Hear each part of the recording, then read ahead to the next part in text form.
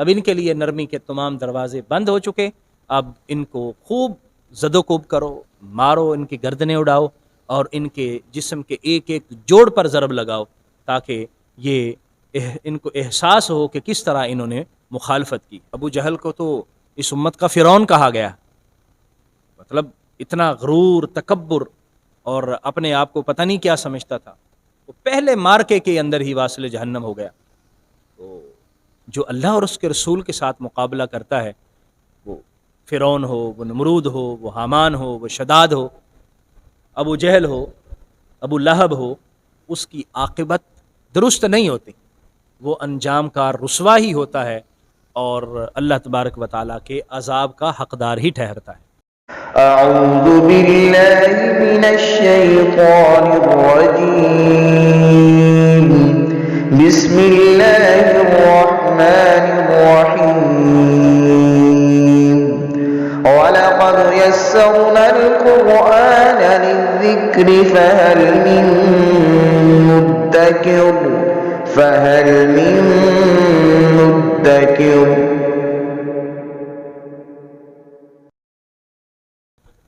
بسم اللہ الرحمن الرحیم، سورہ انفال کی 12 نمبر آیہ مبارکہ سے پڑھیں گے۔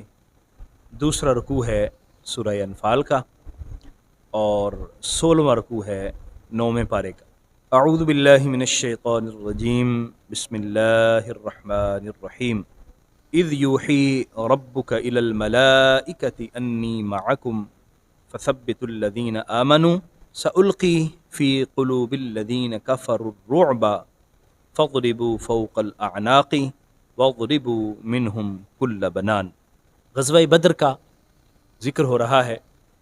نبی رحمت صلی اللہ علیہ وسلم کی معیت میں صحابہ بدر میں حاضر ہیں اور دشمن کے ایک لشکر جرار کے ساتھ سامنا ہے، جن کے پاس جنگی ساز و سامان کی وافر مقدار موجود ہے اور پوری طرح وہ تیار ہو کر جنگ کے لیے آئے ہیں، جبکہ صحابہ کرام حضور صلی اللہ علیہ وآلہ وسلم کے جان نثار ساتھی جو کچھ بھی ان سے بن سکا تلواروں کی صورت میں، تیروں کی صورت میں، وہ لے کر میدان بدر میں حاضر ہو گئے۔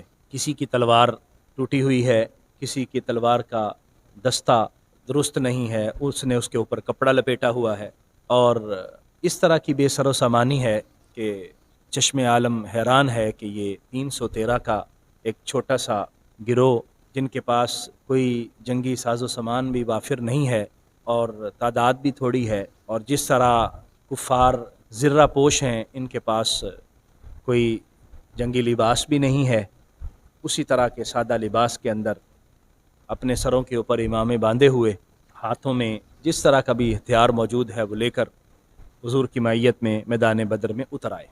اللہ تبارک و تعالی نے جو وعدہ فرمایا تھا، محبوب یہ 2 لشکروں میں سے ایک آپ کے پاس ہوگا اور آپ اس پر فتح حاصل کریں گے۔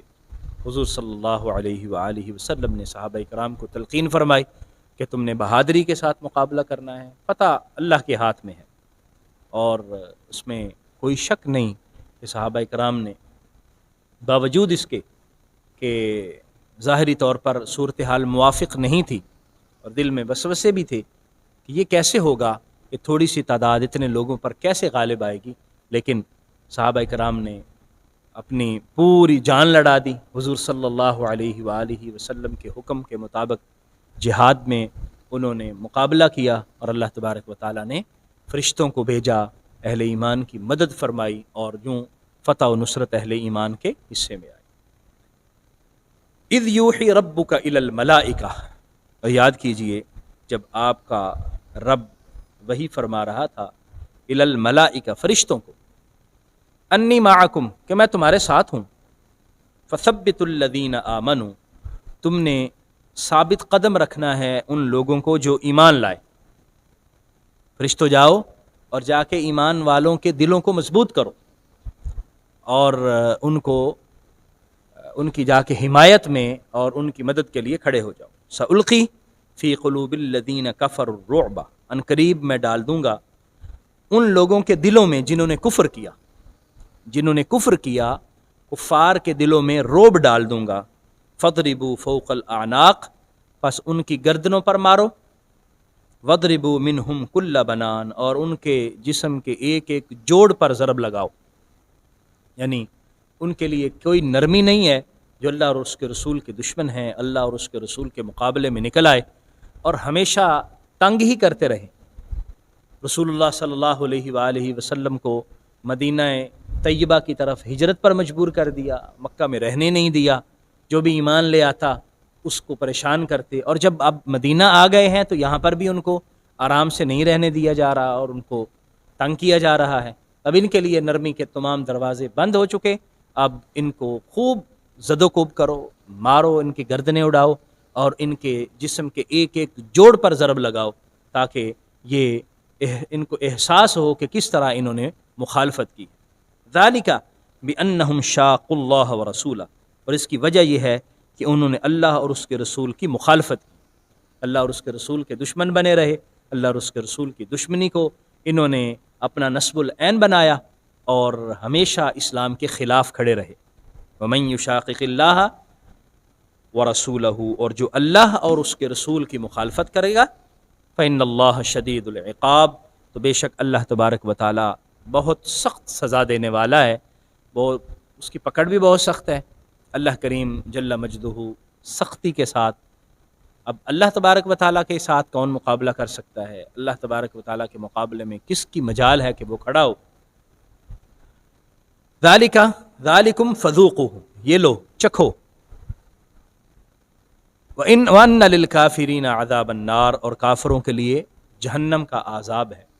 اب دو صورتیں تھیں ان کے عذاب کی. ایک تو عذاب جو غزوہ بدر میں وہ چکھ رہے کہ ان کے بڑے بڑے نام جہنم واصل ہو رہے تھے. ابو جہل، عتبہ، شیبہ، امیہ، اس طرح کے بڑے بڑے نام جو اپنے آپ کو پتہ نہیں کیا سمجھتے تھے. اور ابو جہل کو تو اس امت کا فرعون کہا گیا، مطلب اتنا غرور، تکبر اور اپنے آپ کو پتہ نہیں کیا سمجھتا تھا. وہ پہلے مارکے کے اندر ہی واصل جہنم ہو گیا. اور نبی کریم صلی اللہ علیہ وآلہ وسلم نے کفار سے متعلق پہلے ارشاد فرما دیا کہ یہاں فلاں کافر گرے گا، فلاں کافر گرے گا، اور ویسا ہی ہوا. اور اللہ تعالیٰ نے ان کے غرور کو خاک میں ملا دیا.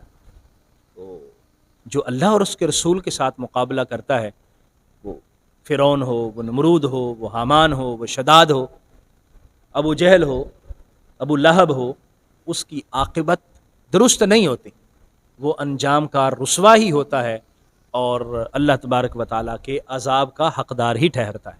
اب دنیا میں عذاب یہ ہوا کہ ان کو قتل کیا گیا اور ان کو ان تکالیف سے گزرنا پڑا، اور پھر آخرت میں عذاب ان کے لیے جہنم کا ہے کہ وہ جہنم کے عذاب کے اندر جلتے رہیں گے اور اس تکلیف میں ہمیشہ مبتلا رہیں گے. لیکن اہل ایمان کو کیا فرمایا گیا؟ یا ایھا الذین آمنوا، اے ایمان والو، اذا لقیتم الذین کفروا زحفا، جب تم کفار کے کسی لشکر کے ساتھ ملاقات کرو، یعنی کفار کے لشکر سے تمہارا مقابلہ ہو، فلا تولوہم الادبار، تو تم نے پیٹھ پھیر کے بھاگنا نہیں، ثابت قدم رہنا ہے اور مقابلہ کرنا ہے. اور جو میدان میں ثابت قدم رہتے ہیں، جو مقابلہ کرتے ہیں، فتح و نصرت پھر ان کے ہاتھ آتی ہے. اور پھر اہل ایمان کے لیے تو کوئی مسئلہ بھی نہیں ہے. اہل ایمان جیت جائیں گے اور جنگ میں فتح حاصل کریں گے تو غازی بن جائیں گے، اور اگر ان کی سانسیں بس آخری ہوئیں اور اس دنیا سے رخصت ہو گئے اور میدان جنگ میں کام آئے تو ان کو جام شہادت ملے گا. اور شہادت کا رتبہ کتنا بلند رتبہ ہے، یعنی کسی بھی صورت میں ہار نہیں ہے، جیت ہی جیت ہے. اگر ظاہری طور پر فتح مل گئی تو پھر غازی، پھر بھی جیت، اور اگر وہ جام شہادت نوش کر گئے پھر بھی جیت. اللہ تعالیٰ کا قرب اور آخرت کی ابدی نعمتیں ان کے انتظار میں ہوں گی. تو اہل ایمان کو یہ بات بتائی گئی کہ دشمن کے مقابلے میں تم نے پریشان نہیں ہونا، پیٹھ نہیں دکھانی، ثابت قدمی کے ساتھ کھڑے رہنا ہے. انشاءاللہ اللہ کی مدد و نصرت تمہارے ساتھ ہوگی. اللہ کریم ہمیں سمجھنے کی اور عمل کی توفیق عطا فرمائے. آج کے اس دور کے اندر خاص طور پر جن جگہوں میں اہل ایمان کو کفار کا سامنا ہے، اہل ایمان کو وہاں ثابت قدم بھی رہنا ہے، اور تمام دنیا کے بسنے والے مسلمانوں کو ان کی مدد بھی کرنی چاہیے اور ان کے شانہ بشانہ کھڑا بھی ہونا چاہیے۔ جہاد سے گھبرانا اور جہاد سے پریشان ہو جانا یہ اہل ایمان کا شیوا نہیں ہونا چاہیے۔ اللہ کریم ہمیں سمجھ عطا فرمائے۔ آمین و آخر دعوایا ان الحمد للہ رب العالمین۔